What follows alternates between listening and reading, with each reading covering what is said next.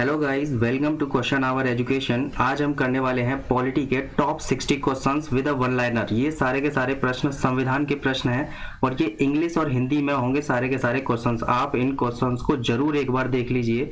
जितने भी previous year questions मैं यहाँ पर कराता हूँ वो सब किसी न किसी एग्जाम में आए हुए होते हैं और ये इंपॉर्टेंट क्वेश्चंस एंड आंसर की सीरीज है जो कि ऑल कॉम्पिटिटिव एग्जाम के लिए इंपॉर्टेंट रहेगी, चाहे वो एसएससी का एग्जाम हो या फिर सीजीएल का एग्जाम हो या फिर किसी स्टेट पीएससी का एग्जाम हो। तो चलिए शुरुआत करते हैं आज की क्लास की। अगर आप चैनल पर नए हैं तो आप चैनल को सब्सक्राइब जरूर कर लेना और वीडियो को अपने दोस्तों के साथ ज्यादा से ज्यादा शेयर कीजिए और वीडियो को लाइक जरूर कर दीजिए और बेल आइकन के बटन को भी आप दबा दें। चलिए पहला क्वेश्चन है आपके सामने, ये देखिए। क्वेश्चन नंबर 1 आपके सामने है। The governor of a state is appointed by the president on the advice of. Option दे रखे हैं यहाँ पर prime minister, option B is vice president, option C is chief minister, option D is chief justice. Question हमसे ये कहना चाह रहा है कि जो गवर्नर ऑफ द स्टेट जो अपॉइंट किए जाते हैं प्रेसिडेंट के द्वारा वो किसकी सलाह पर किए जाते हैं। तो आपको पता होगा कि इनको प्राइम मिनिस्टर की सलाह पर इनको अपॉइंट किया जाता है और ये हर एक स्टेट में अपॉइंट किए जाते हैं। अगर मैं आपको यहाँ पर बताऊं तो किस आर्टिकल के तहत अपॉइंट किए जाते हैं तो आप एक आर्टिकल याद रखिए, आर्टिकल नंबर 155। 155 में लिखा हुआ है appointment of governor. Appointment of governor, governor मैंने यहाँ पर शॉर्ट में लिखा है। इसी के साथ आप एक और आर्टिकल याद रखिए, गवर्नर के ऑर्डिनेंस से रिलेटेड। अगर आप गवर्नर कोई भी ऑर्डिनेंस पास करना चाहते हैं तो वो आर्टिकल नंबर 213 के अकॉर्डिंग कोई भी ऑर्डिनेंस पास कर सकते हैं। ऑर्डिनेंस ऑफ गवर्नर, ये आप याद रखिए। यहीं पर आप एक और आर्टिकल देख लीजिए, आर्टिकल नंबर 163 जो कि किस चीज से रिलेटेड है, यानी कि अपॉइंटमेंट ऑफ चीफ मिनिस्टर, यानी कि जो गवर्नर होते हैं, appointment of CM by governors. आपको पता होगा कि जो चीफ मिनिस्टर होते हैं उनका इलेक्शन नहीं होता है, उनको अपॉइंट किया जाता है और वो किसके द्वारा किया जाता है, स्टेट के अंदर अगर हम बात करते हैं तो गवर्नर्स के द्वारा अपॉइंट किया जाता है। अगर कोई यूनियन टेरिटरी है तो उसमें लेफ्टिनेंट गवर्नर होते हैं, उनके द्वारा उनको अपॉइंट किया जाता है। चलिए अगला क्वेश्चन देखते हैं। यहाँ पर हम ये आपको मैंने क्वेश्चन का आंसर बता दिया है, आंसर है प्राइम मिनिस्टर।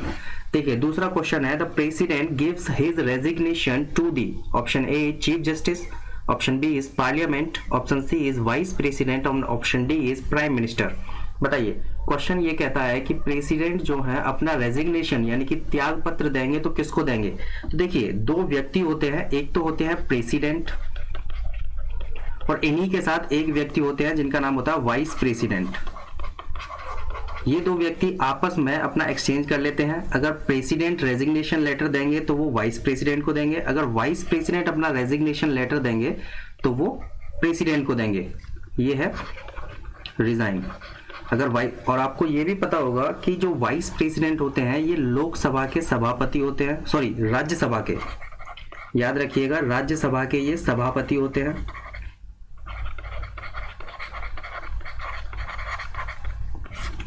चलिए यहाँ पर हमसे जो क्वेश्चन पूछा गया था उस हिसाब से ऑप्शन नंबर सी जो हो जाएगा वो करेक्ट हो जाएगा, यानी कि जो प्रेसिडेंट होते हैं वो अपना रेजिग्नेशन देते हैं वाइस प्रेसिडेंट को, जो वाइस प्रेसिडेंट होते हैं वो अपना रेजिग्नेशन देते हैं प्रेसिडेंट को। देखिए अगर मैं प्रेसिडेंट की बात करता हूं तो प्रेसिडेंट को अपॉइंट किया जाता है आर्टिकल नंबर 52 के तहत। इनका भी इलेक्शन होता है लेकिन इनका जो इलेक्शन होता है वो इनडायरेक्ट इलेक्शन होता है, यानी कि आर्टिकल नंबर 52 में साफ साफ लिखा है there shall be a president, there shall be a president, यानी कि भारत में एक राष्ट्रपति होंगे। यहीं पर आप एक आर्टिकल और याद कर लीजिए, मैं नेक्स्ट पेज पर आपको आर्टिकल्स बता देता हूं। देखिए ये आंसर दिया हुआ है वाइस प्रेसिडेंट। देखिए एक आर्टिकल आप याद कर लीजिए, आर्टिकल नंबर 53, जिसमें कि साफ साफ लिखा है जो भी संघ की शक्तियां होंगी, यानी कि संघ की सभी शक्तियां। आप कॉपी पेंसिल हाथ में लेकर बैठा करिए, कोई भी अगर इंपॉर्टेंट पॉइंट लगता है तो आप उसको लिख लीजिए। संघ की सभी शक्तियां जो है वो प्रेसिडेंट में निहित होंगी, यानी कि राष्ट्रपति में निहित होंगी। ये क्वेश्चन कई बार एग्जाम में पूछा गया है। आप मेरी राइटिंग पर न जाएं, मेरी हिंदी की राइटिंग थोड़ी सही नहीं है। देखिए ये हो गया आर्टिकल नंबर 53। इसी के साथ प्रेसिडेंट से रिलेटेड एक और आर्टिकल है, आर्टिकल नंबर 58, जिसमें कि क्वालिफिकेशन की बात की गई है, यानी कि प्रेसिडेंट की क्या क्या क्वालिफिकेशन होंगी उसके लिए बात की गई है। क्वालिफिकेशन ऑफ प्रेसिडेंट, जैसे कि भारत का नागरिक होना चाहिए, किसी भी लाभ के पद पर नहीं होना चाहिए, ये सारी की सारी क्वालिफिकेशन है। नेक्स्ट लेक्चर जो मैं लेके आऊंगा उसमें आपको प्रेसिडेंट की क्वालिफिकेशंस मैं बता दूंगा। देखिए एक और आर्टिकल है, आर्टिकल नंबर 54। आर्टिकल नंबर 54 में इलेक्शन के बारे में लिखा है, यानी कि इलेक्शन ऑफ द प्रेसिडेंट यानी कि राष्ट्रपति का निर्वाचन होगा। और ये जो इलेक्शन करवाता है, कौन करवाता है? इलेक्शन कमीशन करवाता है। देखिए यहाँ पर एक और आर्टिकल यहीं पर याद कर लीजिए, आर्टिकल नंबर 61, ये इम्पीचमेंट से रिलेटेड है, महाभियोग, इम्पीचमेंट ऑन प्रेसिडेंट। ये जितने भी मैंने आपको आर्टिकल बताए हैं, अगर प्रेसिडेंट से कोई भी क्वेश्चन आता है पॉलिटी से, तो इन्हीं आर्टिकल से ही क्वेश्चन पूछा जाता है ज्यादातर। चलिए नेक्स्ट क्वेश्चन देखते हैं हम यहाँ पर। क्वेश्चन नंबर 3 आपके सामने है, for what period does the vice president of India hold the office. Question हमसे ये पूछा गया है कि जो वाइस प्रेसिडेंट ऑफ इंडिया होते हैं वो कब तक अपने ऑफिस को होल्ड करके रखते हैं, यानी कि कब तक वो पद पर रहते हैं, यानी कि कब तक उनका टेन्योर होता है। बेसिकली यहाँ पर हमसे सिर्फ और सिर्फ टेन्योर के बारे में पूछा गया है। तो देखिए मैं आपको कुछ टेन्योर्स के टर्म्स बता देता हूँ, जैसे कि अगर आपको पंचायती राज सिस्टम का चुनाव लड़ना है तो आपको 21 साल की उम्र आपको पूरी करनी चाहिए। ये होता है पीआरएस के लिए, पीआरएस यानी कि पंचायती राज सिस्टम, 21 साल उम्र होनी चाहिए। अगर आपको सीएम बनना है तो आपको 25 साल की उम्र आपकी कंप्लीट होनी चाहिए। अगर आपको पीएम बनना है तो आपकी 25 साल में भी सीएम और पीएम बन सकते हैं। वो लोकसभा और राज्यसभा का फर्क हो जाता है, क्योंकि अगर आपको राज्यसभा का मेंबर बनना है तो उसके लिए 30 साल की उम्र चाहिए। देखिए अगर आपकी 25 साल की उम्र हो चुकी है तब भी आप पीएम बन सकते हैं, लेकिन आपको लोकसभा का सदस्य होना चाहिए। देखिए यहाँ पर जल्दी जल्दी में मिस्टेक हो गई, यहाँ पर लोकसभा नहीं होगा, ये होगा राज्यसभा। राज्यसभा का जो क्राइटेरिया है एज का वो 30 इयर्स है। यहीं पर आप याद कर लीजिए 35 ईयर जो एज लिखी गई है वो लिखी गई है गवर्नर के लिए, यानी कि राज्यों के गवर्नर, और प्रेसिडेंट के लिए। ये आप याद रखिए। देखिए यहाँ पर ऑप्शन नंबर ए जो आपको दिख रहा है वो 5 ईयर दिख रहा होगा। वाइस प्रेसिडेंट जो होते हैं वो 5 साल के लिए नियुक्त होते हैं, और आपको पता होगा कि जो वाइस प्रेसिडेंट होते हैं वो राज्यसभा के सभापति भी होते हैं। और आपको ये भी पता होगा कि राज्यसभा के जो रिप्रेजेंटेटिव होते हैं उनका जो टेन्योर होता है वो 6 ईयर का टेन्योर होता है, यानी कि 6 साल का टेन्योर होता है। और राज्यसभा कभी भी भंग नहीं होती है, यानी कि डिसॉल्व नहीं होती है, ये भी आप याद रखिए। चलिए नेक्स्ट क्वेश्चन है, ये आपका आंसर है इसमें। नेक्स्ट क्वेश्चन है question number 4, who among the following holds the office during the pleasure of the president. जब तक प्रेसिडेंट चाहेंगे तब तक वो अपनी ऑफिस में रहेंगे। ऐसे कौन से व्यक्ति होते हैं? क्या वो गवर्नर होते हैं, या इलेक्शन कमिश्नर होते हैं, या स्पीकर ऑफ द लोकसभा होते हैं, या फिर प्राइम मिनिस्टर होते हैं? बताइए। तो देखिए ऑप्शन नंबर ए जो है यहाँ पर करेक्ट हो जाएगा, यानी कि जो गवर्नर होते हैं वो राष्ट्रपति जब तक चाहेंगे तब तक ही उनके पद पर रहते हैं, गवर्नर के पद पर रहते हैं। ऑप्शन नंबर ए जो है यहाँ पर करेक्ट हो जाएगा। मैंने आपको गवर्नर के बारे में अभी बताया है, थोड़ी देर पहले गवर्नर के बारे में मैंने आपको बता दिया है कि ये आर्टिकल नंबर 155 का इस्तेमाल करके इनको गवर्नर बनाया जाता है हर एक स्टेट में। यहाँ पर दूसरा ऑप्शन इलेक्शन कमीशन दिया है, तो इलेक्शन कमीशन जो है वो किस आर्टिकल में है? Article number 324। ये बहुत इंपॉर्टेंट आर्टिकल है, article number 324। Speaker of the Lok Sabha, अगर अभी इस टाइम की बात करते हैं तो ओम बिरला जी जो है वो स्पीकर ऑफ द लोकसभा है। और अगर प्राइम मिनिस्टर की बात की जाती है तो आर्टिकल नंबर 75 याद रखिए। और एक नाम बहुत इंपॉर्टेंट है, नरेंद्र मोदी जी इस टाइम पर हमारे प्राइम मिनिस्टर हैं। चलिए नेक्स्ट क्वेश्चन है, क्वेश्चन नंबर 6 आपके सामने है, the total number of the members nominated by the president to the Lok Sabha and the Rajya Sabha. Rajya Sabha के अंदर और लोकसभा के अंदर कितने लोगों को मनोनीत किया जाता है राष्ट्रपति द्वारा? ये क्वेश्चन पूछा जाता है। देखिए अगर मैं लोकसभा की बात करता हूं तो लोकसभा के अंदर सिर्फ और सिर्फ 2 लोगों को मनोनीत किया जाता है, यानी कि 2 पीपल्स आर नॉमिनेटेड। ये आप याद रखिए। अगर मैं आपको राज्यसभा की सीट, लोकसभा की सीट्स के बारे में बताऊं तो देखिए लोकसभा की जो मैक्सिमम सीट होती हैं वो कितनी होती हैं, ये आप याद रखिए। तो 552 होती है। ये क्वेश्चन कभी कभी पूछ लिया जाता है, इसलिए मैं यहाँ पर आपको बता देता हूँ। अगर मैं प्रेजेंट टाइम में बात करता हूँ तो प्रेजेंट टाइम में 545 सीट है प्रेजेंट टाइम में जो मेंबर्स हैं वो 545 हैं। अगर मैं इलेक्टेड की बात करता हूं तो इलेक्टेड कितने हो गए, देखो मैंने अभी आपको बताया कि 2 तो इसमें नॉमिनेटेड हो गए, तो इलेक्टेड कितने हो जाएंगे 543 हो जाएंगे, और जो 2 होते हैं उनको नॉमिनेट किया जाता है। यहीं पर मैं आपको राज्यसभा का भी बता देता हूं। देखिए राज्यसभा के अंदर 12 लोगों को मनोनीत किया जाता है राष्ट्रपति द्वारा, और आपको राज्यसभा की मैक्सिमम सीट के बारे में अगर पूछा जाता है तो मैक्सिमम सीट होती है 250, और प्रेजेंट टाइम पर अगर मैं बात करता हूं तो इसमें 245 पर्सन्स हैं, जिसमें से कि नॉमिनेटेड अगर मैं बात करता हूं तो 12 लोग निकल जाएंगे, नॉमिनेटेड 12 लोग निकल जाएंगे। 245 में से अगर मैं 12 घटा देता हूं तो मेरे पास आ जाएंगे इलेक्टेड मेंबर्स, तो इलेक्टेड मेंबर यहां पर कितने हो गए 233, ये आप याद रखिए। तो ऑप्शन नंबर सी आपको दिख रहा होगा यहाँ पर 14 लोगों से, आप जल्दी जल्दी में 12 ना टिक करके आ जाए। अगर आप राज्यसभा पढ़ लेते हैं और 12 टिक करके आ जाते हैं तो आपका क्वेश्चन गलत होना तय है। तो आंसर नंबर सी जो है वो करेक्ट हो जाएगा। इसीलिए क्वेश्चन को बड़े ध्यान से पढ़ा करिए। जब भी आप पेपर देने जाते हैं तो एकदम मन को शांत रखिए, पेपर में जो क्वेश्चन आए हुए हैं उनको पढ़िए, जरा ध्यान से पढ़ा करिएगा। कभी कभी ऐसा हो जाता है कि टाइम के चक्कर में क्वेश्चन आता हुआ भी गलत हो जाता है। चलिए नेक्स्ट क्वेश्चन है, क्वेश्चन नंबर 7 आपके सामने है।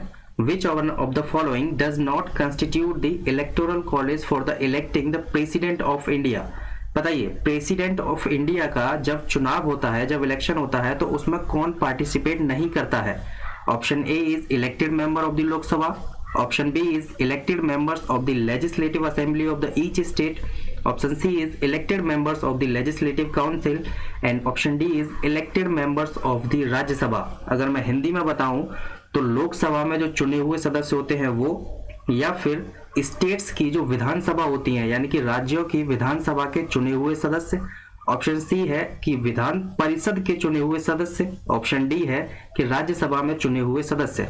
तो देखिए आपको मैंने पहले भी बताया है कि प्रेसिडेंट का जो इलेक्शन होता है वो किस आर्टिकल के तहत होता है भाई, ये मैंने आपको पिछले वाले क्वेश्चन में बता दिया था। यहां पर भी मैं आपको बता देता हूं, आर्टिकल नंबर 54 बहुत इंपॉर्टेंट है, election of the president, president के इलेक्शन से रिलेटेड है आर्टिकल नंबर 54, ये आप याद रखिए।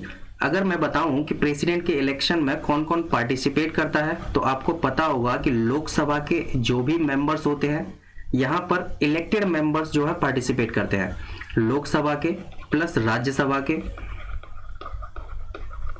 प्लस इसी के साथ जितनी भी लेजिस्लेटिव असेंबलीज हैं स्टेट्स की, उनके जो मेंबर्स होते हैं इलेक्टेड मेंबर्स वो भी पार्टिसिपेट करते हैं। लेकिन यहाँ पर आप याद रखिए जो लेजिस्लेटिव काउंसिल होती है, ये एक तो पहली बात तो यही कि लेजिस्लेटिव काउंसिल हर जगह नहीं होती है, कुछ ही जगह हैं जहां पर लेजिस्लेटिव काउंसिल है।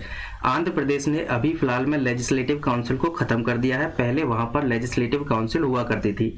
तो जहां पर लेजिस्लेटिव काउंसिल है वहां के जो मेंबर्स होते हैं वो प्रेसिडेंट के इलेक्शन में पार्टिसिपेट नहीं करते हैं, वो प्रेसिडेंट के इलेक्शन में वोट नहीं देते हैं। तो ऑप्शन नंबर सी जो हो जाएगा यहाँ पर वो करेक्ट है। चलिए नेक्स्ट क्वेश्चन है, क्वेश्चन नंबर 8 आपके सामने है। The Council of Ministers in a parliamentary type of government can remain in a office till it enjoys the support of। देखिए एक पार्लियामेंट के अंदर जो गवर्नमेंट, पार्लियामेंट्री गवर्नमेंट जो होती हैं उसके अंदर एक काउंसिल ऑफ मिनिस्टर बनाई जाती है, वो अपनी ऑफिस में कब तक रहती है?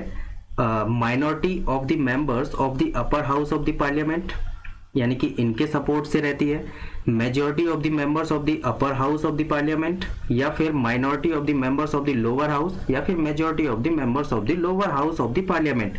Council of ministers in a parliamentary type of government can remain in a office till it enjoys the support, जब तक इसको कि पार्लियामेंट का लोअर हाउस का सपोर्ट नहीं होगा तब तक ये अपने ऑफिस में नहीं रहती है, जब तक इसको लोअर हाउस का सपोर्ट होगा तब तक ये अपने ऑफिस में रहती है। देखिए आप एलिमिनेट करना सीखिए, यहाँ पर माइनॉरिटी की बात की गई है जबकि काउंसिल ऑफ मिनिस्टर में माइनॉरिटी से रिलेटेड कुछ होता ही नहीं है। यानी कि अगर मैं टिल एंजॉयज की बात करता हूँ, सपोर्ट की बात करता हूँ, तो माइनॉरिटी से रिलेटेड कुछ नहीं होता है। तो यहाँ से आप 2 ऑप्शन तो ऐसे ही एलिमिनेट कर दीजिए। जब यहाँ पर काउंसिल ऑफ मिनिस्टर की बात की गई है और इसमें राज्यसभा का कोई भी सदस्य नहीं होता है तो यहाँ पर आप इसको ऑप्शन को भी एलिमिनेट कर सकते हैं। अपर हाउस ऑफ द पार्लियामेंट का यहाँ पर कोई मतलब नहीं बनता है।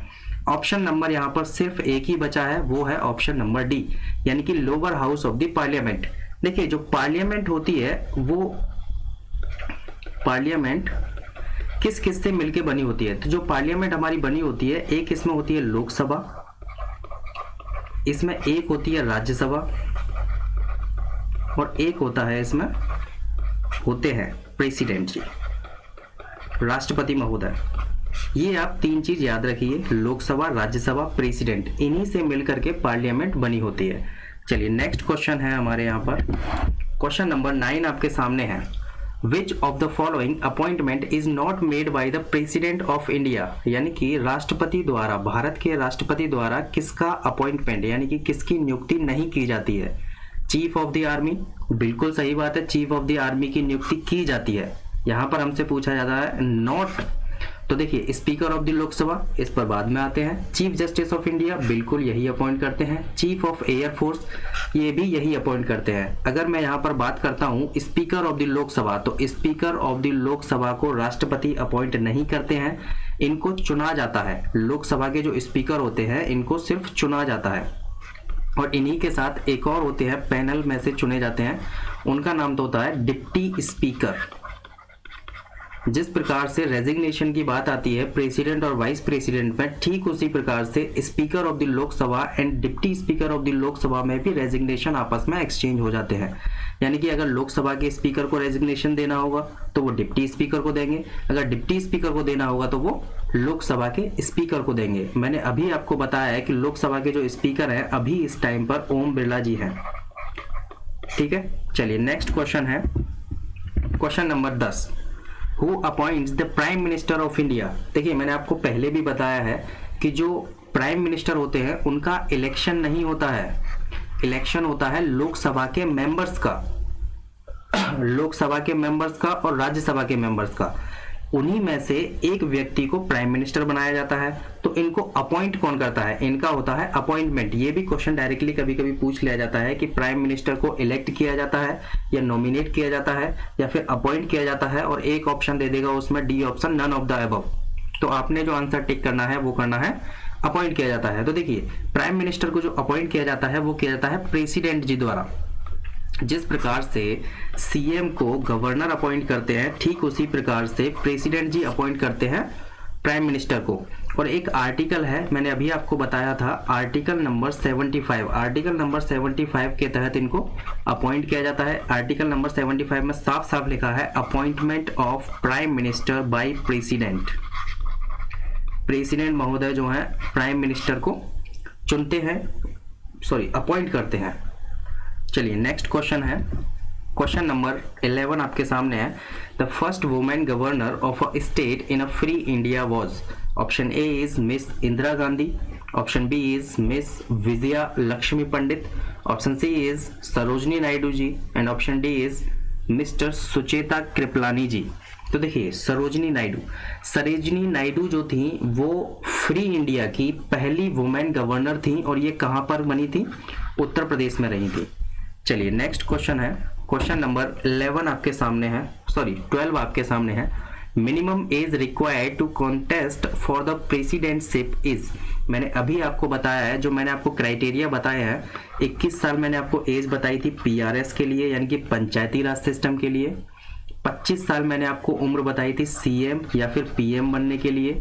अगर लोकसभा से जाते हो तो आप पीएम बन सकते हो 25 साल की उम्र में, और सीएम बन सकते हो अगर आप विधानसभा से जाते हो यानी कि लेजिस्लेटिव असेंबली से जाते हो। 30 साल मैंने आपको उम्र बताई थी राज्यसभा का मेंबर बनने के लिए, अगर आपको राज्यसभा का मेंबर बनना है, और यहाँ से भी आप पीएम बन सकते हो, लेकिन उम्र 30 साल होनी चाहिए आपकी। मैं तो बन नहीं सकता हूँ क्योंकि मेरी तो उम्र है ही नहीं भाई, 30 साल तो हुई नहीं है अभी, तो मैं तो राज्यसभा का मेंबर अभी इस टाइम नहीं बन सकता हूँ। तो चलिए यहाँ पर नेक्स्ट बताता हूँ आपको 35 जो है वो है प्रेसिडेंट के लिए, यानी कि अगर आपको राष्ट्रपति बनना है तो आप राष्ट्रपति बन सकते हैं, 35 साल की उम्र आपकी होनी चाहिए। और इन्हीं के साथ गवर्नर की भी एज यही होती है, ये आप याद रखिए। इनका जो टेन्योर होता है, इनका भी 5 साल का टेन्योर होता है, इनका भी 5 साल का टेन्योर होता है, और इनका भी 5 साल का टेन्योर होता है। लेकिन राज्यसभा के मेंबर्स का जो टेन्योर होता है वो होता है 6 साल, ये आप याद रखिए। एक बार ऐसा हुआ था इंदिरा गांधी जी के टाइम पीरियड पर कि लोकसभा का जो टाइम पीरियड था वो 6 साल कर दिया गया था, यानी कि 5 साल की जगह पर 6 साल कर दिया गया था। बहरहाल वो एक अलग बात है, कुछ पॉलिटिकल इश्यूज थे उस टाइम पर, वो हम फिर कभी चर्चा कर लेंगे उस बात पर। फिलहाल हम जो आंसर लगाएंगे इसका वो 35 ईयर्स जो है करेक्ट आंसर हो जाएगा। चलिए नेक्स्ट क्वेश्चन है, क्वेश्चन नंबर 13 आपके सामने है। The charge of impeachment against the president of India for his removal can be preferred by. अगर प्रेसिडेंट के ऊपर महाभियोग चलाया जाता है तो वो किन हाउसेस से होकर, या फिर यहाँ पर जो ऑप्शन दिए हैं उनमें से कौन सा ऑप्शन करेक्ट होगा इम्पीचमेंट प्रोसेस के लिए, प्रेसिडेंट के लिए। पहला ऑप्शन यहाँ पर दिया है both house of the parliament, दूसरा ऑप्शन यहाँ पर दिया हुआ है speaker of the Lok Sabha and chairman of the Rajya Sabha, C option दिया हुआ है राज्यसभा एंड डी ऑप्शन दिया है लोकसभा।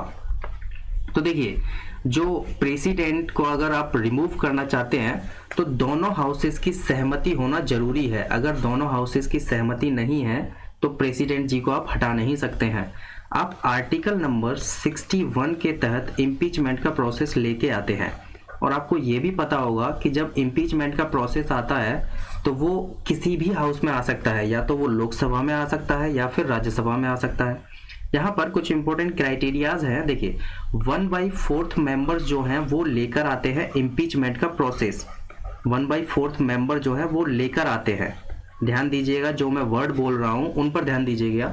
1/4 मेंबर इम्पीचमेंट का प्रोसेस लेके आते हैं। जब ये प्रोसेस लेके आते हैं उससे 14 दिन पहले प्रेसिडेंट जी को कान में जाके बोल दिया जाता है कि आपके खिलाफ महाभियोग का प्रोसेस चलाया जा रहा है। महाभियोग का प्रोसेस तभी चलाया जाता है जब कोई प्रेसिडेंट या राष्ट्रपति जी कॉन्स्टिट्यूशनल वायलेंस करते हैं, यानी कि संविधान का उल्लंघन करते हैं, तभी उन पर इम्पीचमेंट का प्रोसेस चलाया जाता है।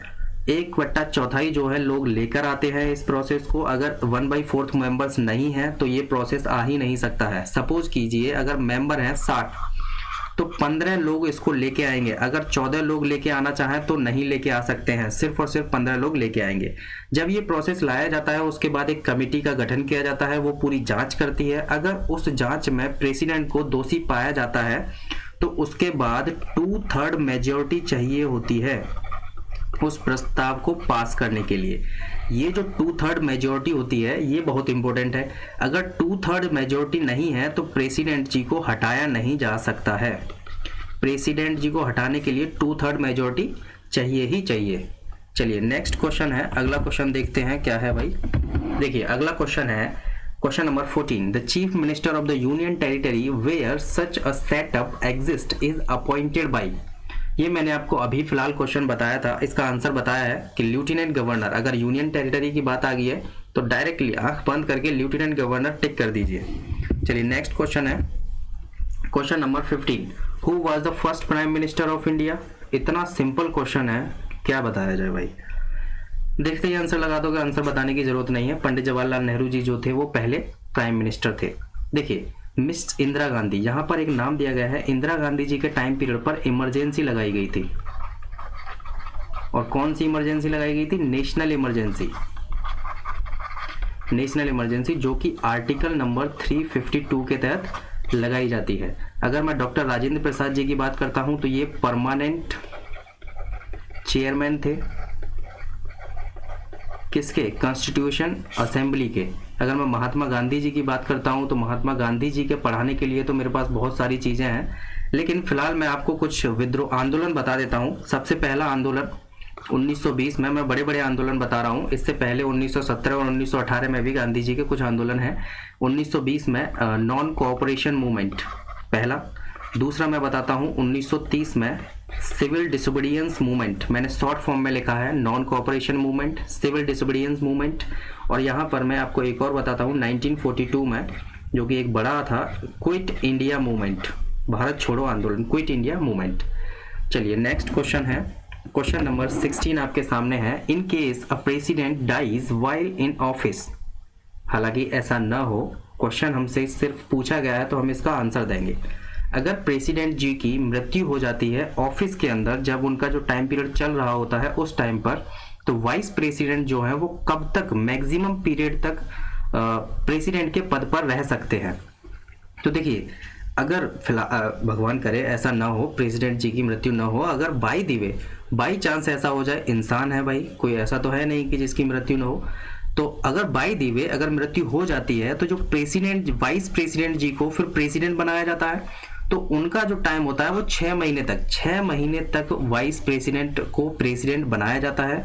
अगर उनके टाइम पीरियड में ज़्यादा अगर ऐसा होता है कि कोई व्यक्ति प्रेसिडेंट बना है, उसके जस्ट 1 साल बाद अगर उनकी मृत्यु हो जाती है, तो वाइस प्रेसिडेंट को सिर्फ 6 महीने तक ही प्रेसिडेंट बना के रख सकते हैं, उसके बाद इलेक्शन होगा वहां पर। चलिए नेक्स्ट क्वेश्चन है, क्वेश्चन नंबर 17 आपके सामने है। The union council of ministers consist of, बताइए यूनियन काउंसिल ऑफ मिनिस्टर्स में कौन कौन होते हैं। Option A is cabinet ministers, minister of state and deputy minister. Option B is cabinet ministers, chief minister of the state. Option C is prime minister and option D is cabinet minister. देखिए जो union council of minister होती है, इसमें cabinet minister होते हैं, इसमें minister of states होते हैं और इसमें डिप्टी मिनिस्टर होते हैं, यानी कि ऑप्शन नंबर ए जो है यहाँ पर वो करेक्ट हो जाएगा। चलिए नेक्स्ट क्वेश्चन है, क्वेश्चन नंबर 18 आपके सामने है। Question number 18, who administers the oath of office to the president of India before he enters upon the office, यानी कि सीधे सीधे क्वेश्चन पूछा गया है कि प्रेसिडेंट को शपथ कौन दिलाता है। इतना लंबा चौड़ा लिख दिया है और पूछा गया है सिर्फ इतना कि प्रेसिडेंट को ओथ कौन दिलाता है। तो प्रेसिडेंट को जो ओथ दिलाते हैं उनका नाम होता है चीफ जस्टिस ऑफ इंडिया। यहाँ पर ये लिखना भूल गए हैं, चीफ जस्टिस ऑफ इंडिया। अभी जो इस टाइम पर चीफ जस्टिस ऑफ इंडिया है उनका आप नाम याद कर लीजिए, रमना जी। रमना जी को जो है चीफ जस्टिस ऑफ इंडिया बनाया गया है। इंपॉर्टेंट है ये क्वेश्चन, पूछा जाने वाला ही क्वेश्चन है ये। देखिए अगर मैं यहाँ पर बात करता हूँ प्रेसिडेंट के ओथ के लिए, तो देखिए एक शेड्यूल आपने पढ़ा होगा, शेड्यूल नंबर 3।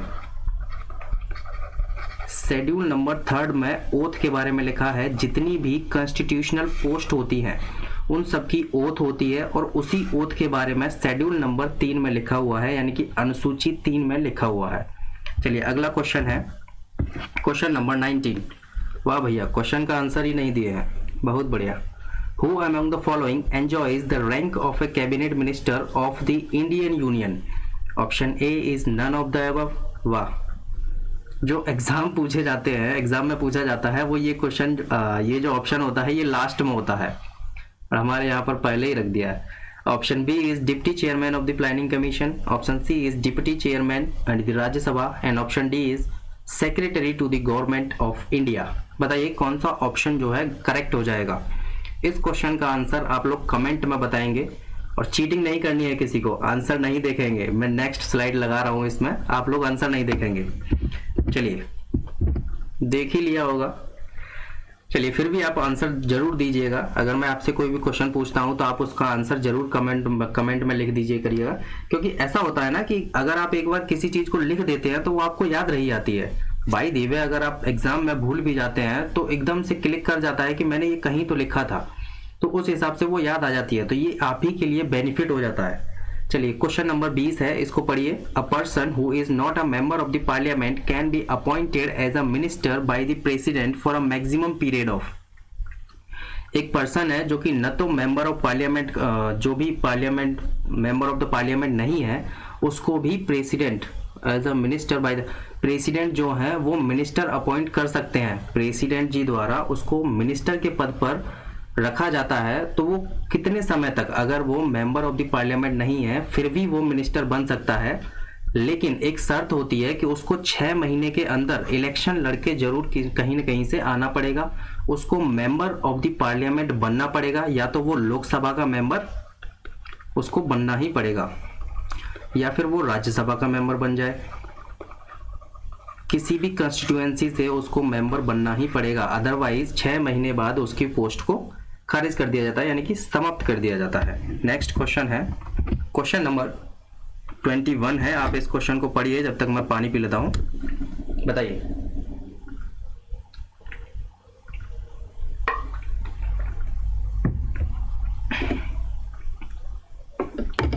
चलिए गाइज बताइए इस क्वेश्चन का आंसर क्या होगा। The one feature डिस्टिंग्वाइज the Rajya Sabha from the Vidhan Parishad. क्या कंपैरिजन पूछा है, ऐसे क्वेश्चन यूपीएससी में पूछे जाते हैं लिखने के लिए रिटेन में। यहाँ पर कंपैरिजन पूछा गया है कि राज्यसभा और विधानसभा में एक क्या अंतर है। आप ऑप्शन पढ़िए। बहुत आसानी से इसका आंसर लगा देंगे। पहला ऑप्शन है पावर ऑफ इम्पीचमेंट। भैया ये जो प्रोसेस है ये तो राज्यसभा के पास चला जाएगा, क्योंकि विधानसभा में तो ये प्रोसेस लाया ही नहीं जाता है। ये आप विधान परिषद में तो ये प्रोसेस आता ही नहीं है। वहाँ किस पर इम्पीचमेंट लगाओगे? इम्पीचमेंट का प्रोसेस तो राष्ट्रपति के लिए है। दूसरा है यहाँ पर इनडायरेक्ट इलेक्शन। आपको पता होगा कि जो विधान परिषद होती है उसका भी इनडायरेक्ट इलेक्शन होता है, उसमें भी नॉमिनेशन ऑफ द मेंबर्स होते हैं, उसमें भी टेन्योर ऑफ द मेंबरशिप होता है, यानी कि 6 साल का टेन्योर होता है। तो देखिए ये जो 3 ऑप्शन है, हमसे जो क्वेश्चन पूछा गया है वो ये पूछा गया है कि डिस्टिंग्वाइज है, तो इम्पीचमेंट का प्रोसेस ये जो है सिर्फ राज्यसभा के पास है, ये तो विधान परिषद के पास है नहीं। तो इस वजह से ये वाला जो पॉइंट है वो विधान परिषद में न जाके राज्यसभा के पास चला जाएगा, और ये एक अलग फीचर हो जाएगा राज्यसभा का। तो ऑप्शन नंबर ए जो है यहाँ पर करेक्ट हो जाएगा। और जो 3 ऑप्शन है ये तो सेम ऑप्शन है, आपको दिख भी रहा है यहाँ पर कि इनडायरेक्ट इलेक्शन तो विधान परिषद में भी होता है, और nomination of the members Vidhan Parishad में भी नॉमिनेट किए जाते हैं, टेन्योर ऑफ द मेंबरशिप उनका भी टेन्योर होता है, चलिए नेक्स्ट क्वेश्चन है question number 22। The chief ministers of all the states are the ex officio members of the, यानी कि जितने भी चीफ मिनिस्टर होते हैं वो किसके मेंबर होते हैं? ये यहाँ पर क्वेश्चन पूछा गया है। क्या वो प्लानिंग कमीशन के होते हैं, या फिर वो एनडीसी के होते हैं, नेशनल डेवलपमेंट काउंसिल, या फिर वो इंटर स्टेट काउंसिल के होते हैं, या फिर वो फाइनेंस कमीशन के होते हैं? तो देखिए जितने भी चीफ मिनिस्टर होते हैं वो एक्स ऑफिसो मेंबर होते हैं इंटर स्टेट काउंसिल के। ऑप्शन नंबर सी जो हो जाएगा यहाँ पर करेक्ट हो जाएगा। जब इंटर स्टेट काउंसिल का गठन किया जाता है तो आर्टिकल नंबर 263 का इस्तेमाल करके इसका गठन किया जाता है। पहला पॉइंट आपका अपनी कॉपी में ये नोट कर लीजिए कि आर्टिकल नंबर 263 का गठन इस्तेमाल करके इसका गठन किया जाता है। दूसरा पॉइंट आप ये लिख लीजिए कि इसको जब पहली बार बनाया गया था तो वो डेट थी 28 मई 1990 को, और ये किसके कहने पर बनाया गया था? राष्ट्रपति के ऑर्डर पर इसको बनाया गया था। देखिए यहाँ पर एक फाइनेंस कमीशन करके भी ऑप्शन दे रखा है। फाइनेंस कमीशन के बारे में आर्टिकल नंबर 280 में लिखा हुआ है finance commission. Option number D में फाइनेंस कमीशन है। फाइनेंस कमीशन अगर आपसे पूछा जाता है कि किस आर्टिकल से रिलेटेड है तो आर्टिकल नंबर 280 से रिलेटेड है फाइनेंस कमीशन। चलिए नेक्स्ट क्वेश्चन है question number 23। The president nominates 12 members of the Rajya Sabha according to, president जी द्वारा 12 मेंबर्स को नॉमिनेट किया जाता है राज्यसभा के अंदर, वो किस अकॉर्डिंग यानी कि किस बेसिस पर उनको अपॉइंट किया जाता है या नॉमिनेट किया जाता है? ऑप्शन पढ़ते हैं, आंसर आपने आप मिल जाएगा। Option A is their performance as the office bearers of the culture societies, बिल्कुल गलत। पहला ऑप्शन आप देखते ही गलत कर दोगे। दूसरा ऑप्शन है the recommendation made by the vice president, बहुत बढ़िया, ये भी ऑप्शन गलत। तीसरा ऑप्शन है their role played in the political setup of the country, ये भी गलत, क्योंकि यहाँ पर सिर्फ एक चीज दी गई है। यहाँ पर सिर्फ political setup of the country, role played सिर्फ पॉलिटिकल दिया हुआ है। पहले ऑप्शन में सिर्फ कल्चरल सोसाइटी दी हुई थी, और जब आप चौथा ऑप्शन पढ़ेंगे तो वहां पर आपको साइंस मिलेगा, आर्ट मिलेगा, लिटरेचर मिलेगा, सोशल सर्विस। इसी के आधार पर 12 मेंबर्स को नॉमिनेट किया जाता है राज्यसभा के अंदर, यानी कि ऑप्शन नंबर डी जो हो जाएगा वो एकदम करेक्ट आंसर हो जाएगा, एकदम सटीक आंसर है। चलिए अगला क्वेश्चन है, अगला प्रश्न है आपके सामने, who can initiate the impeachment proceeding against the president of India. तो मैंने अभी आपको बताया है कि प्रेसिडेंट के ऊपर जब इम्पीचमेंट का प्रोसेस लाया जाता है तो आर्टिकल नंबर 61 का इस्तेमाल करके ही इम्पीचमेंट का प्रोसेस आता है, और ये किसी भी हाउस में आ सकता है, चाहे वो लोकसभा में आए या फिर वो राज्यसभा में आए। लेकिन प्रस्ताव लाने से पहले 14 दिन पहले प्रेसिडेंट जी को इंफॉर्मेशन दे दी जाती है कि आपके खिलाफ लोकसभा में या राज्यसभा में इम्पीचमेंट का प्रोसेस चलाया जा रहा है। तो ऑप्शन नंबर ए जो हो जाएगा यहाँ पर वो करेक्ट हो जाएगा। चलिए नेक्स्ट क्वेश्चन है question number 25। Who was the member of the Rajya Sabha when the first appointed as the prime minister of India. Question को समझिए क्या कह रहा है। क्वेश्चन कह रहा है कि ऐसे कौन से प्राइम मिनिस्टर थे जो कि प्राइम मिनिस्टर बनने के टाइम पर राज्यसभा के मेंबर थे। तो देखिए जो इंदिरा गांधी जी थी वो राज्यसभा की मेंबर थी जब वो प्राइम मिनिस्टर बनी थी। ऑप्शन नंबर डी जो है वो करेक्ट हो जाएगा। अगर देखिए यहाँ पर मैं लाल बहादुर शास्त्री एक ऑप्शन दिया है, लाल बहादुर शास्त्री जी के बारे में बताऊं तो 1966 में मरणोपरांत इनको भारत रत्न दिया गया था। लाल बहादुर शास्त्री मतलब अलग ही चीज है। लाल बहादुर शास्त्री ने ही जय जवान जय किसान का नारा जो दिया था वो भी लाल बहादुर शास्त्री जी ने ही दिया था। चलिए अगला प्रश्न है प्रश्न नंबर 26। What is the minimum age for the appointment as a governor. सारे क्वेश्चन आज ये पूछ लेगा यहाँ पर एज से रिलेटेड। मैंने आपको ऑलरेडी क्राइटेरियाज बता दिए हैं। 21 साल पीआरएस सिस्टम। मैं यहाँ पर आपको बार बार इसीलिए बता रहा हूँ ताकि आपको इसी क्लास में ये याद हो जाए क्राइटेरियाज। पीआरएस सिस्टम की जो एज है यानी कि पंचायती राज सिस्टम की वो 21 साल है। अगर आपको सीएम या पीएम बनना है तो आपको 25 साल की उम्र होनी चाहिए। शर्त इतनी है कि आप लोकसभा से सीएम पीएम बन सकते हो और यहाँ पर लेजिस्लेटिव असेंबली से आप सीएम बन सकते हो। अगर आपकी 30 साल की उम्र है तो आप राज्यसभा के मेंबर बन सकते हो। अगर आप 35 साल के हो चुके हो तो आप प्रेसिडेंट भी बन सकते हो यानी कि राष्ट्रपति भी बन सकते हो और आप गवर्नर भी बन सकते हो किसी स्टेट के। हमसे जो पूछा गया है वो गवर्नर की एज के बारे में पूछा गया है तो 35 साल जो है वो करेक्ट आंसर हो जाएगा यानी कि 35 years is the minimum age for the appointment as a governor. चलिए अगला क्वेश्चन है क्वेश्चन नंबर 27 आपके सामने है। Chief minister of a state is responsible to. जो मुख्यमंत्री होते हैं स्टेट्स के वो किसके प्रति रेस्पॉन्सिबल होते हैं बताइए। क्या वो प्राइम मिनिस्टर के प्रति रेस्पॉन्सिबल होते हैं या फिर राज्यसभा के प्रति होते हैं या फिर लेजिस्लेटिव असेंबली यानी कि विधान सभा के प्रति रेस्पॉन्सिबल होते हैं या फिर गवर्नर के प्रति रेस्पॉन्सिबल होते हैं। तो आप ऑप्शन देके आसानी से लगा सकते हैं। ऑप्शन नंबर सी जो है वो करेक्ट हो जाएगा। अरे भाई चीफ मिनिस्टर है तो वो प्राइम मिनिस्टर के प्रति काहे से रेस्पॉन्सिबल होगा भाई, राज्यसभा के प्रति काहे होगा, गवर्नर के प्रति भी नहीं होगा। गवर्नर तो उसको अपॉइंट करते हैं। तो लेजिस्लेटिव असेंबली जो होगा यहाँ पर वो करेक्ट आंसर हो जाएगा यानी कि लेजिस्लेटिव असेंबली के प्रति वो रेस्पॉन्सिबल होते हैं कोई भी चीफ मिनिस्टर हो कहीं किसी भी स्टेट के हो। चलिए नेक्स्ट क्वेश्चन है question number 28। Who among the following is directly responsible to the parliament for all matter concerning the defence services of India. यानी कि जितनी भी डिफेंस सर्विसेज ऑफ इंडिया के जितने भी मैटर होते हैं उनके लिए डायरेक्टली रेस्पॉन्सिबल कौन होता है बताइए। Option A is president, option B is prime minister, option C is defence minister and option D is cabinet committee on a political affair. ये भी सेम उसी प्रकार का क्वेश्चन है जिस प्रकार का क्वेश्चन 27 पूछा गया था। देखिए प्रेसिडेंट का यहाँ पर कोई मतलब नहीं बनता है। हालांकि ये जो है तीनों सेनाओं के हेड होते हैं प्रेसिडेंट, लेकिन फिर भी यहाँ पर जो क्वेश्चन पूछा गया है उनसे इनका कोई मतलब नहीं है। प्राइम मिनिस्टर हो नहीं सकते हैं। डिफेंस मिनिस्टर करेक्ट आंसर हो जाएगा यानी कि जो डिफेंस मिनिस्टर होते हैं वो ही रेस्पॉन्सिबल होते हैं। जितनी भी डिफेंस सर्विसेज ऑफ इंडिया के अंदर हैं उनके जो भी पार्लियामेंट के लिए मैटर होते हैं उनके लिए डायरेक्टली रेस्पॉन्सिबल जो होते हैं वो होते हैं डिफेंस मिनिस्टर। और अगर फिलहाल मैं बात करता हूं तो राजनाथ सिंह जी जो हैं वो डिफेंस मिनिस्टर हैं, राजनाथ सिंह। और इनकी जो कॉन्स्टिट्यूएंसी है वो है लखनऊ, लखनऊ से ये सांसद है, ये भी आप याद रखिए। चलिए नेक्स्ट क्वेश्चन है question number 29। How many times the president of India can seek a re election to his post. यानी कि अपनी पोस्ट के लिए प्रेसिडेंट जी कितनी बार री इलेक्शन यानी कि चुनाव लड़ सकते हैं। तो जितनी मर्जी चाहे वो उतनी बार चुनाव लड़ सकते हैं at any number of time. उसमें कोई संविधान के अंदर ऐसा कोई क्राइटेरिया नहीं है कि जो प्राइम मिनिस्टर प्रेसिडेंट होंगे वो सिर्फ 2 बार या 3 बार या 1 बार चुनाव लड़ सकते हैं। ऐसा कोई क्राइटेरिया नहीं है, चाहे जितनी बार उनका मन हो वो लड़ सकते हैं, बशर्ते कुछ शर्तें होती हैं। उनको लाभ के पद पर नहीं होना चाहिए, इंडिया का सिटीजन होना चाहिए।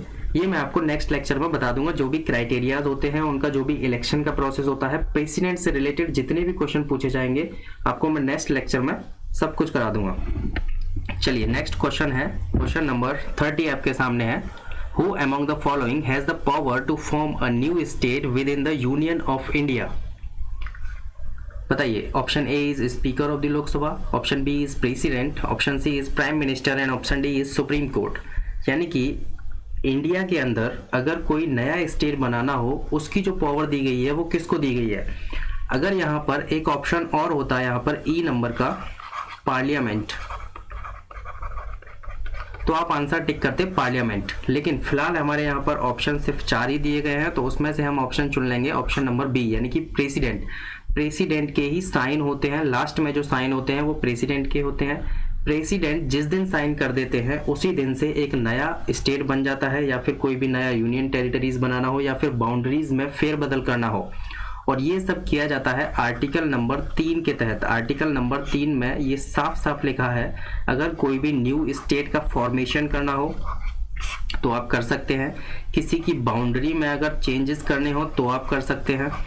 ये सब आर्टिकल नंबर 3 के तहत किया जाता है। और प्रेसिडेंट जिस दिन साइन कर देते हैं और एक डेट दे देते हैं कि इस डेट से या इस तारीख से एक नया स्टेट बनाया जा रहा है, ठीक है। जैसे कि अभी हाल फिलहाल में ऐसा हुआ था कि 370 हटाया गया था, तो वहां पर भी ऐसा ही हुआ था। प्रेसिडेंट साहब ने 31 अक्टूबर जो है एक डेट दे दी गई थी और उसी दिन से फिर वो 370 जो वहां से हट गया था। चलिए नेक्स्ट क्वेश्चन है, क्वेश्चन नंबर 31 आपके सामने है।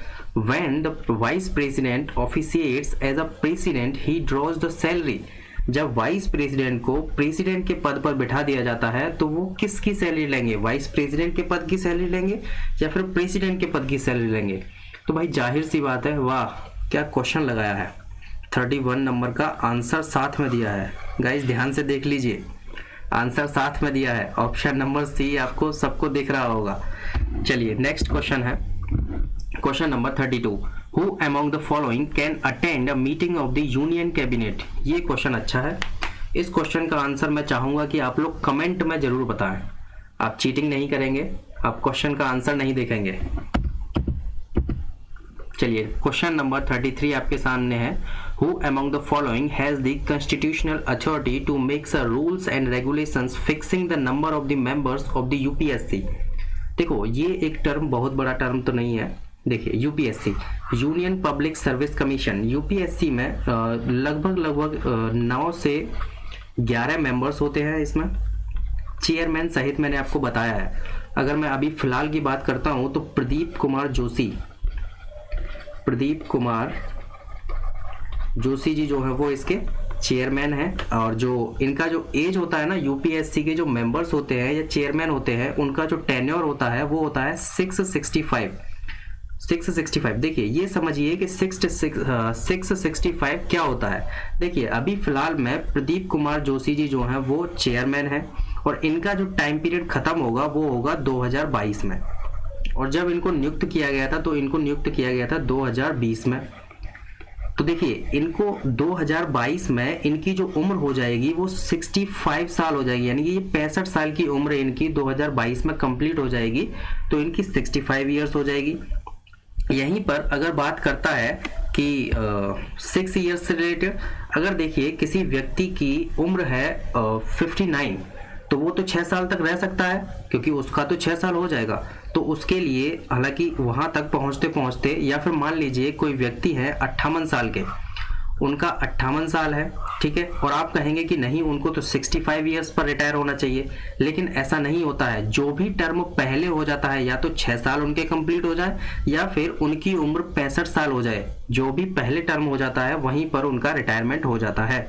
58 साल की उम्र है तो आप यहाँ से 58 और 6 लगा लीजिए, 64 साल पे उनको रिटायर कर दिया जाएगा। ये नहीं है कि उनको 65 साल के लिए इंतजार करना पड़ेगा, ऐसा नहीं है। उनका 6 साल का टेन्योर पूरा हो चुका है तो उनको रिटायर कर दिया जाएगा, इसीलिए इसको बोलते हैं 665। हमसे जो क्वेश्चन पूछा गया है वो ये पूछा गया है कि रूल्स एंड रेगुलेशंस को कौन बनाता है? जो मेंबर्स ऑफ द यूपीएससी होते हैं उनके लिए रूल्स एंड रेगुलेशंस को प्रेसिडेंट जी द्वारा बनाया जाता है, यानी कि जो भी इंडिया के प्रेसिडेंट होंगे, फिलहाल में राष्ट्रपति रामनाथ कोविंद जी हैं, तो वो रूल्स एंड रेगुलेशंस बनाते हैं। चलिए नेक्स्ट क्वेश्चन नंबर 35, इस क्वेश्चन का आंसर बताइए। The union council of ministers is appointed bye, यानी कि यूनियन काउंसिल ऑफ मिनिस्टर जो होते हैं उनको अपॉइंट किया जाता है, किसके द्वारा अपॉइंट किया जाता है? तो उनको प्रेसिडेंट ऑफ इंडिया के द्वारा अपॉइंट किया जाता है, लेकिन प्राइम मिनिस्टर की एडवाइस पर उनको अपॉइंट किया जाता है। आपको ऑप्शन नंबर बी जो है वो साफ साफ दिख रहा होगा कि president of India on the advice of the prime minister, प्रधानमंत्री की सलाह पर राष्ट्रपति द्वारा, भारत के राष्ट्रपति द्वारा इनको अपॉइंट किया जाता है। जो भी union of council of minister होती है उसमें राष्ट्रपति के द्वारा ही नियुक्तियां की जाती हैं, लेकिन प्रधानमंत्री की सलाह पर। चलिए नेक्स्ट क्वेश्चन है, अगला क्वेश्चन है क्वेश्चन नंबर 36। इस क्वेश्चन का आंसर बताइए क्या होगा। The union council of ministers is collectively responsible to, आपको पता होगा कि जो यूनियन काउंसिल ऑफ मिनिस्टर होती है इसमें राज्यसभा के सदस्य नहीं होते हैं, इसमें सिर्फ और सिर्फ लोकसभा के सदस्य होते हैं। तो आपको पता होगा कि ये लोकसभा के प्रति ज़्यादा रेस्पॉन्सिबल होती है, और लोकसभा को हाउस ऑफ द पीपल भी बोला जाता है, या फिर इसको टेम्परेरी हाउस भी बोल दिया जाता है। अगर हाउस ऑफ द पीपल की जगह पर लिख दिया जाता कि यहाँ पर लिख दिया जाता टेम्परेरी हाउस, तब भी आप यही क्वेश्चन का आंसर टेम्परेरी हाउस करते। ऑप्शन नंबर सी जो हो जाता है इसका करेक्ट हो जाता। चलिए नेक्स्ट क्वेश्चन है, क्वेश्चन नंबर 37 आपके सामने है। The maximum duration for which the vice president में ऑफिशिएट एज द प्रेसिडेंट। इस क्वेश्चन का आंसर मैं आपको ऑलरेडी बता चुका हूं, 6 मंथ जो होगा यहाँ पर करेक्ट आंसर हो जाएगा। चलिए नेक्स्ट क्वेश्चन है, क्वेश्चन नंबर 38। इस क्वेश्चन का आंसर बताइए, पढ़िए जरा इस क्वेश्चन को, क्या होगा। The presidents rule in a state can be continued for a maximum period. अगर किसी भी स्टेट के अंदर प्रेसिडेंट रूल लगा दिया जाता है तो वो ज्यादा से ज्यादा कितने टाइम पीरियड तक रह सकता है, ये क्वेश्चन पूछा गया है, बताइए। यहां पर ऑप्शन दिए हुए हैं, 2 साल तक रह सकता है, ऑप्शन बी 1 साल तक रह सकता है, ऑप्शन सी 6 महीने तक रह सकता है, या फिर ऑप्शन डी जो दिया हुआ है यहाँ पर 21 साल मत समझ लीजिए इसको भाई, 2.5 ईयर्स यानी कि 2.5 साल तक रह सकता है, बताइए। तो देखिए, जब प्रेसिडेंट रूल लगाया जाता है तो वो एक आर्टिकल का इस्तेमाल करके प्रेसिडेंट जी लगाते हैं, और वो आर्टिकल है आर्टिकल नंबर 356 का इस्तेमाल करके प्रेसिडेंट रूल लगाया जाता है किसी भी स्टेट के अंदर। तो ये जो है ज़्यादा से ज़्यादा 6 महीने तक रह सकता है। अगर प्रेसिडेंट जी चाहें तो इसको आगे 6 महीने बढ़ा सकते हैं, लेकिन टेन्योर सिर्फ और सिर्फ 6 महीने का ही होता है, मैक्सिमम जो पीरियड होता है वो सिर्फ 6 मंथ का ही होता है। चलिए नेक्स्ट क्वेश्चन है, question number 39। When a financial emergency is proclaimed, option A is union budget will not be presented, option B is salaries and allowances of any class of the employees may be reduced, option C is repayment of government debts will stop, option D is payment of the salaries to the public servant will be postponed। जब financial emergency लगाई जाती है तो उस time पर जो भी salaries and allowances होते हैं एम्प्लॉयज के, उनकी कोई भी any class of the employees यहाँ पर लिखा हुआ है, देखिए ध्यान से पढ़िएगा, any class of the employees होंगे, उनकी सैलरीज और अलाउंसेज में रिडक्शन कर दिया जाता है जब भी फाइनेंशियल इमरजेंसी लगाई जाती है।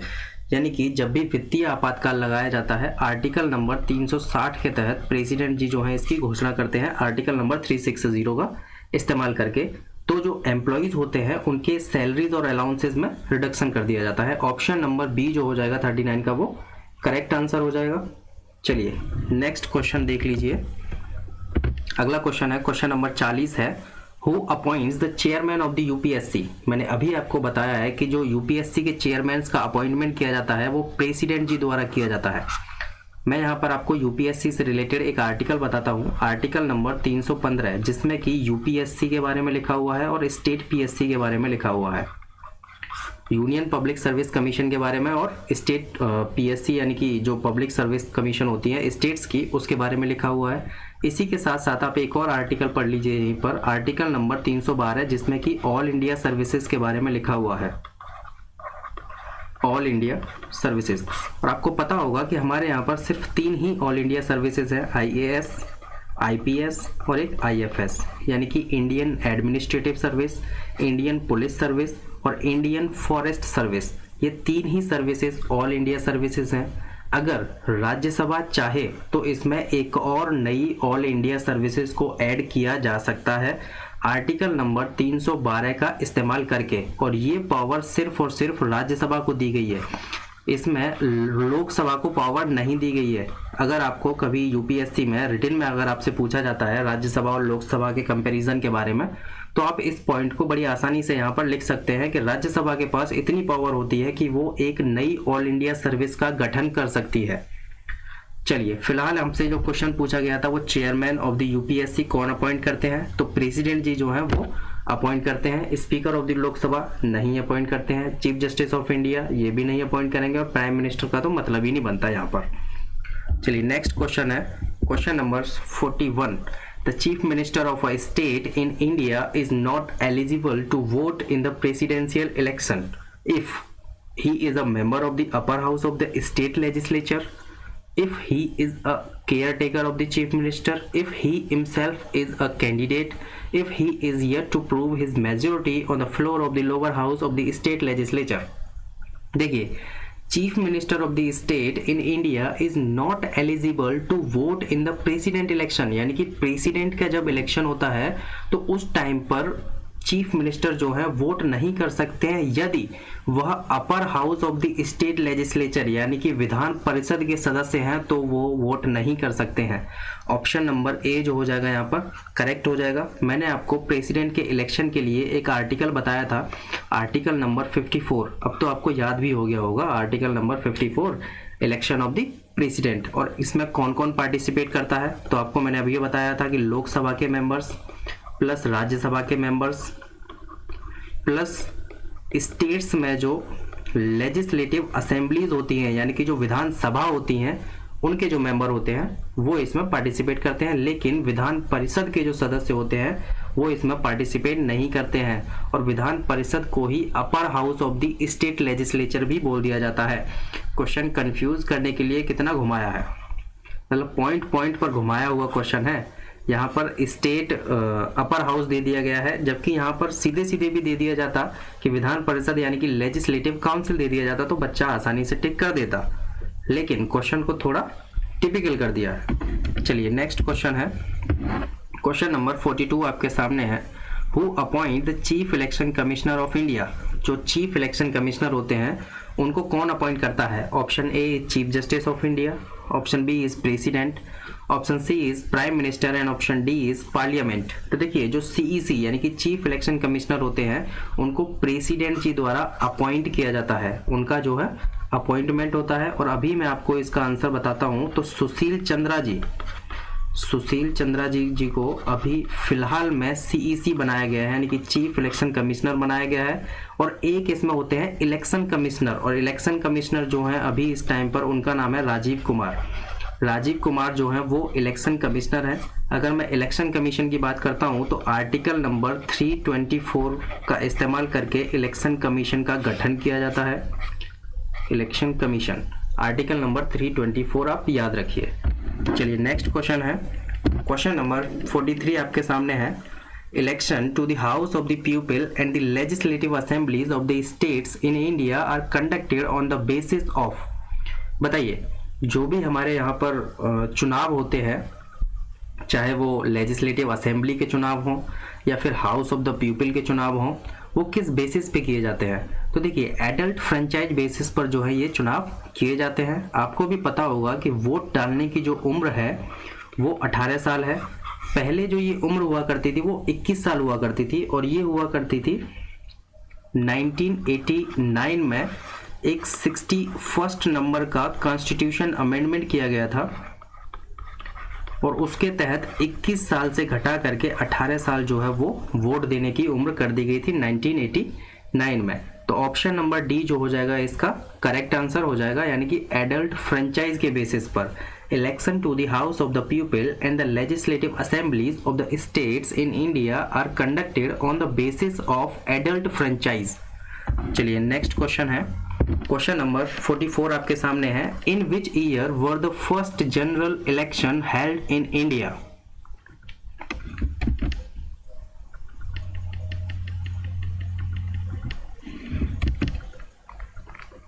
बताइए कि किस साल में पहले जनरल इलेक्शन जो है वो हुए थे। बताइए option A is 1950 to 51, option B is 1948 to 49, and option C is 1951 to 52, and option D is 1947 to 48.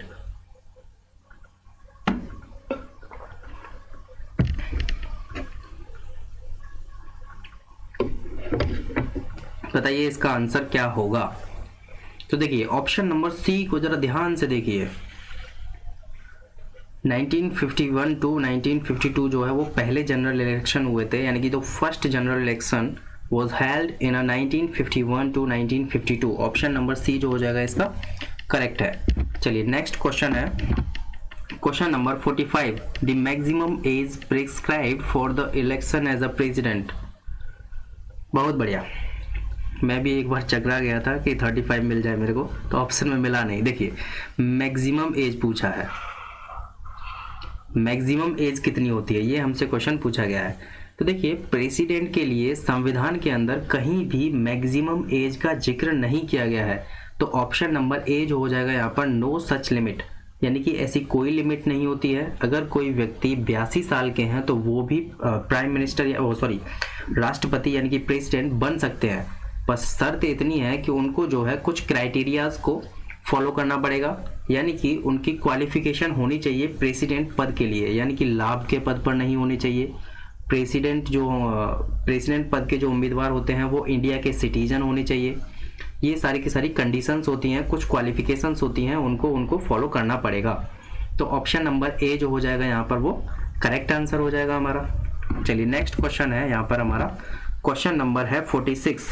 Question number 46, the election commission does not conduct the elections to the, election commission does not conduct the elections. आपको पता होगा कि जो election commission होता है वो लोकसभा के जो भी इलेक्शन होते हैं उनको कंडक्ट कराता है, प्रेसिडेंट जी के जो भी इलेक्शन होते हैं उनको भी कंडक्ट कराता है, राज्यसभा के जितने भी इलेक्शन होते हैं उनको भी कंडक्ट कराता है, और लेजिस्लेटिव असेंबली के भी जो इलेक्शन होते हैं वो भी इलेक्शन कमीशन ही कंडक्ट कराता है। लेकिन जो लोकल बॉडीज होती हैं, यानी कि जो पीआरएस सिस्टम होता है, पंचायती राज सिस्टम, उनके जो चुनाव कराता है वो स्टेट्स का इलेक्शन कमीशन कराता है। ये आप बहुत इंपॉर्टेंट है, याद रखिए। स्टेट्स का जो इलेक्शन कमीशन होता है वो चुनाव कराता है लोकल बॉडीज का। जो भी आपके पंचायती राज सिस्टम के चुनाव होते हैं, 3 स्तरीय पंचायती राज सिस्टम है हमारे यहाँ पर, तो जो इलेक्शन कमीशन है वो कहाँ पर लिखा हुआ है कि कहाँ पर इसका है, आर्टिकल नंबर कौन सा इससे रिलेटेड है, तो आप याद रखिए आर्टिकल नंबर 324 के तहत इसका गठन किया जाता है इलेक्शन कमीशन का, और ये लोकसभा के चुनाव कराता है, प्रेसिडेंट के इलेक्शन कराता है, राज्यसभा के चुनाव कराता है, लेजिस्लेटिव असेंबली के चुनाव कराता है। सिर्फ और सिर्फ लोकल बॉडीज को छोड़ करके ये जितने भी इलेक्शन होते हैं हमारे यहाँ पर, जो कॉन्स्टिट्यूशनल इलेक्शंस हैं, जो भी संविधान पद हैं, उनके जो इलेक्शंस होते हैं वो इसी के तहत होते हैं, यानी कि इलेक्शन कमीशन ही कराता है। लेकिन लोकल बॉडीज की जो इलेक्शन होते हैं वो सिर्फ और सिर्फ स्टेट का जो इलेक्शन कमीशन होता है वो कराता है। चलिए नेक्स्ट क्वेश्चन है, question number 47, the vice president is elected by N electoral college consisting of a members of, ये मैंने आपको क्वेश्चन अभी बताया था, इसका आंसर क्या होगा। वाइस प्रेसिडेंट का जो इलेक्शन होता है उसमें स्टेट लेजिस्लेटिव का तो कोई मतलब नहीं बनता है, लेकिन both house of the parliament के जितने भी मेंबर होते हैं, इलेक्टेड मेंबर्स और नॉमिनेटेड मेंबर्स, यहाँ पर आप लाइन लिख लीजिए अपनी कॉपी में, जो भी इलेक्टेड मेंबर्स होंगे या फिर जो भी नॉमिनेटेड मेंबर्स होंगे, राज्यसभा के अंदर 12 नॉमिनेट किए जाते हैं और लोकसभा के अंदर 2 लोगों को नॉमिनेट किया जाता है। तो ये जो सारे के सारे लोग होते हैं ये इलेक्शन पार्टिसिपेट करते हैं वाइस प्रेसिडेंट के इलेक्शन में, यानी कि both houses of the parliament. Option number B जो हो जाएगा यहाँ पर करेक्ट आंसर हो जाएगा। चलिए नेक्स्ट क्वेश्चन है, क्वेश्चन नंबर 48 आपके सामने है, in India the political parties are given a recognition by, बताइए जो मान्यता, जो भी पॉलिटिकल पार्टीज होती हैं उनको जो मान्यता दी जाती है वो किसके द्वारा दी जाती है। Option A is election commission, option B is speaker of Lok Sabha, and option C is president, and option D is law commission. देखिए ऑप्शन डी को तो आप ऐसे ही एलिमिनेट कर सकते हैं, यानी कि लॉ कमीशन का तो कोई मतलब ही नहीं बनता है यहाँ पर। स्पीकर ऑफ द लोकसभा को कोई हक नहीं है कि किसी पॉलिटिकल पार्टीज को मान्यता दें, प्रेसिडेंट का भी यहाँ पर कोई मतलब नहीं बनता है। सिर्फ एक ही ऑप्शन बचता है, यानी कि इलेक्शन कमीशन को पूरा अधिकार होता है कि किस पॉलिटिकल पार्टी को मान्यता देनी है या फिर किस पॉलिटिकल पार्टी को मान्यता नहीं देनी है। इसके लिए भी एक प्रक्रिया होती है, इसकी भी एक क्वालिफिकेशन होती है, उसके आधार पर पॉलिटिकल पार्टीज को मान्यता दी जाती है। चलिए नेक्स्ट क्वेश्चन है, question number 49, the election commission holds the election for. इस क्वेश्चन का आंसर मैंने अभी पिछले वाले क्वेश्चन में बताया था कि जो इलेक्शन कमीशन होता है वो पार्लियामेंट के, स्टेट लेजिस्लेचर के या फिर वाइस प्रेसिडेंट या प्रेसिडेंट के जो इलेक्शन होते हैं वो सब इलेक्शन कमीशन ही कराता है, यानी कि ऑप्शन नंबर ए जो हो जाएगा वो करेक्ट हो जाएगा। और इलेक्शन कमीशन से रिलेटेड आर्टिकल अगर पूछा जाता है तो आर्टिकल नंबर 324 जो है वो रिलेटेड है इलेक्शन कमीशन से, ये भी आप याद रखिए। चलिए नेक्स्ट क्वेश्चन है, क्वेश्चन नंबर 50 आपके सामने है, What is contained in the 10th schedule of the Constitution। तो देखिए शेड्यूल नंबर 10, सबसे पहले बात यही पूछ ली जाती है कि शेड्यूल नंबर 10 को जोड़ा कब गया था। तो शेड्यूल नंबर 10 को जोड़ा गया था 1985 में 52nd नंबर का कॉन्स्टिट्यूशन अमेंडमेंट किया गया था और उसके तहत शेड्यूल नंबर 10 को जोड़ा गया था, जिसमें कि एंटी डिफेक्शन लॉ के बारे में लिखा हुआ है। एंटी डिफेक्शन लॉ यानी कि दल बदल कानून। एक्चुअली पहले हुआ क्या करता था कि कोई भी पार्टी जो मेजोरिटी की हुआ करती थी उसकी सरकार बन जाती थी। अगर उसको लगता था कि अगर जो अलायंसेस की सरकार हुआ करती थी, जो गठबंधन की सरकार हुआ करती थी, उसमें अगर किसी ने गठबंधन की सरकार बनाई है तो अगर एक पार्टी छोड़ के चली जाती है उसको, तो उसकी सरकार गिर जाती थी। ऐसा बहुत होता था पहले। तो सरकार ने एक कानून बना दिया 1985 में, 52nd नंबर का कॉन्स्टिट्यूशन अमेंडमेंट कर दिया और उसमें शेड्यूल नंबर 10 यानी कि अनुसूची नंबर 10 जोड़ दिया और उसमें एंटी डिफेक्शन लॉ के बारे में लिख दिया।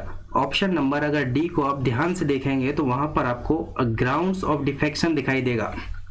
डिस्क्वालिफिकेशन की बात जो की गई है वो शेड्यूल नंबर 10 में लिखी हुई है, यानी कि ऑप्शन नंबर डी जो हो जाएगा करेक्ट हो जाएगा, या provision regarding a disqualification on a grounds of the defection. चलिए नेक्स्ट क्वेश्चन है question number 51। If a minister loses a no confidence motion then, बताइए अगर जो मिनिस्टर्स हैं अगर नो कॉन्फिडेंस मोशन को लॉस कर देते हैं, अगर उनके खिलाफ नो कॉन्फिडेंस मोशन आ जाता है तो क्या होता है? लोकसभा डिसॉल्व होती है, या फिर प्राइम मिनिस्टर और मिनिस्टर रिजाइन करते हैं, या फिर पूरी की पूरी काउंसिल जो होती है मिनिस्टर्स की वो रिजाइन करती है, या फिर सिर्फ मिनिस्टर रिजाइन करते हैं। तो देखिए अगर मिनिस्टर के खिलाफ अगर नो कॉन्फिडेंस मोशन आता है तो पूरी की पूरी लोकसभा तो डिसॉल्व हो ही नहीं सकती है। प्राइम मिनिस्टर क्यों जाएंगे भाई? जब मिनिस्टर के खिलाफ आया है तो उसमें प्राइम मिनिस्टर की क्या गलती है, या फिर किसी भी और मिनिस्टर की क्या गलती है? देखिए उसमें जो जाती है, जो पूरी की पूरी काउंसिल ऑफ मिनिस्टर होती है वो रिजाइन करती है। अगर किसी भी एक मिनिस्टर के खिलाफ अगर नो कॉन्फिडेंस मोशन आ जाता है तो पूरी की पूरी काउंसिल ऑफ मिनिस्टर को भंग कर दिया जाता है या फिर रिजाइन करना पड़ता है। तो ऑप्शन नंबर सी जो हो जाएगा इसका करेक्ट आंसर हो जाएगा 51 का। चलिए नेक्स्ट क्वेश्चन है क्वेश्चन नंबर 52 आपके सामने है। The impeachment proceeding against the vice president can be initiated. बताइए वाइस प्रेसिडेंट के खिलाफ अगर इम्पीचमेंट का प्रोसेस लेके आना हो तो हम किस हाउस से लेकर के आएंगे? तो ये जो हम लेके आएंगे सिर्फ और सिर्फ राज्यसभा के अंदर लेके आएंगे, क्योंकि वाइस प्रेसिडेंट जो होते हैं वो पदेन सभापति होते हैं राज्यसभा के, जबकि ये राज्यसभा के न तो मेंबर होते हैं, वाइस प्रेसिडेंट राज्यसभा के मेंबर नहीं होते हैं, फिर भी इनके खिलाफ अगर इम्पीचमेंट का प्रोसेस लेके आना होगा तो हम राज्यसभा के अंदर इनिशिएट करेंगे। चलिए नेक्स्ट क्वेश्चन है question number 53। The president of India can be removed from his office by the, president को वही इम्पीचमेंट का प्रोसेस है। अगर प्रेसिडेंट को हटाना है तो हम कैसे हटा सकते हैं? पार्लियामेंट ही हटा सकती है, उसमें न तो चीफ जस्टिस ऑफ इंडिया कुछ कर सकते हैं, न प्राइम मिनिस्टर कुछ कर सकते हैं, न ही लोकसभा कुछ कर सकती है। चलिए नेक्स्ट क्वेश्चन है question number 54। How many types of the emergency have been visualised in the constitution of India.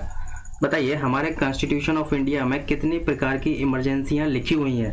तो मैंने अभी आपको पिछले वाले क्वेश्चन में बताया था कि मैंने आपको 3 आर्टिकल बताए थे। आर्टिकल नंबर 352 का इस्तेमाल करके नेशनल इमरजेंसी लगाई जाती है, यानी कि राष्ट्रीय आपातकाल, और इसको लगाता कौन है? प्रेसिडेंट जी लगाते हैं। दूसरा मैंने एक आर्टिकल बताया था आर्टिकल नंबर 356 का इस्तेमाल करके प्रेसिडेंट रूल लगाया जाता है, और ये कहाँ पर लगाया जाता है? स्टेट्स के अंदर लगाया जाता है, राज्यों के अंदर लगाया जाता है प्रेसिडेंट रूल। तीसरी जो इमरजेंसी होती है हमारे यहाँ पर वो है आर्टिकल नंबर 360 में, जो कि फाइनेंशियल इमरजेंसी है, यानी कि वित्तीय आपातकाल, जो कि भारत में आज तक नहीं लगाई गई है और ना ही लगाया जाए तो वही अच्छा रहेगा। प्रेसिडेंट रूल की अगर मैं बात करता हूं तो इंडिया के अंदर जो भी स्टेट्स हैं उन स्टेट्स में कई बार इसको लगाया जा चुका है। अभी हाल फिलहाल अगर एग्जांपल लोगे तो महाराष्ट्र का ले लीजिए, वहां पर ये प्रेसिडेंट रूल लगाया गया था। अगर 352 नेशनल इमरजेंसी की बात करता हूं तो इसको सिर्फ एक ही बार लगाया गया था 1976 में, यानी कि इंदिरा गांधी जी के टाइम पीरियड पर लगाया गया था।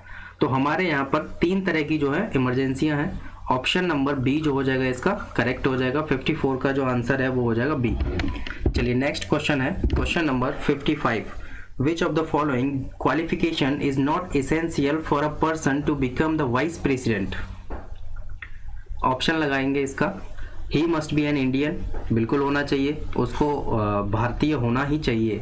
ही must be qualified to the member of the Rajya Sabha, लेकिन वो राज्यसभा का सदस्य नहीं होता है, लेकिन उसके अंदर इतनी योग्यता होनी चाहिए कि वो राज्यसभा का मेंबर बन सके। He must not be less than 35 years, तो बिल्कुल नहीं बन सकता है। अगर वो उसकी उम्र जो है 35 साल से कम है तो वो वाइस प्रेसिडेंट नहीं बन सकता है। ही मस्ट बी ए ग्रेजुएट, ये गलत बात है। हमारे यहाँ पर संविधान में ये कहीं नहीं लिखा गया है कि अगर आपको वाइस प्रेसिडेंट बनना है तो आपको ग्रेजुएट होना जरूरी है।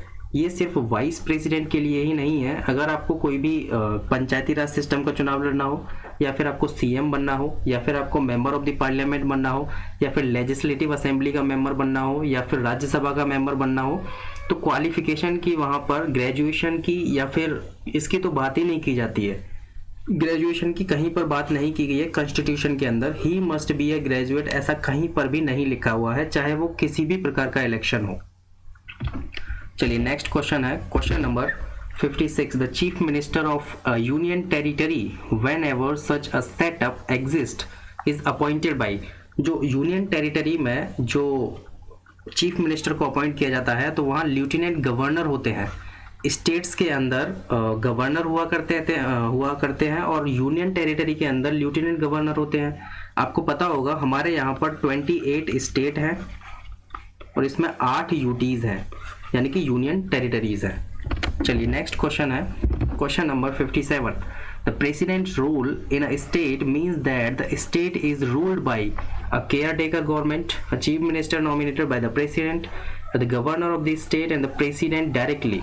देखिए, अगर किसी भी स्टेट में आर्टिकल नंबर 356 का इस्तेमाल करके प्रेसिडेंट रूल अगर लगाया जाता है तो वहां पर गवर्नर जो होते हैं वो सत्ता को चलाते हैं, यानी कि ऑप्शन नंबर सी जो हो जाएगा वो इसका करेक्ट हो जाएगा। चलिए नेक्स्ट क्वेश्चन है, क्वेश्चन नंबर 58 आपके सामने है। The minimum age required for becoming the prime minister of India. अगर प्राइम मिनिस्टर ऑफ इंडिया बनना है तो आपकी उम्र 25 साल होनी चाहिए, 25 ईयर्स होनी चाहिए।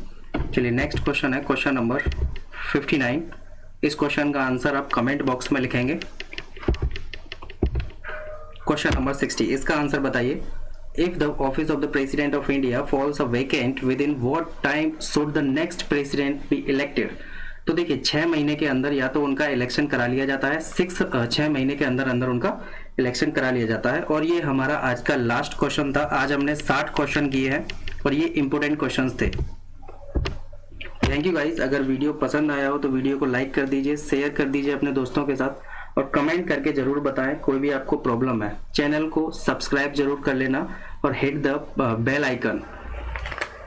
चलिए मिलते हैं फिर नेक्स्ट वीडियो में कोई भी नए क्वेश्चंस के साथ। तब तक के लिए take care and bye bye.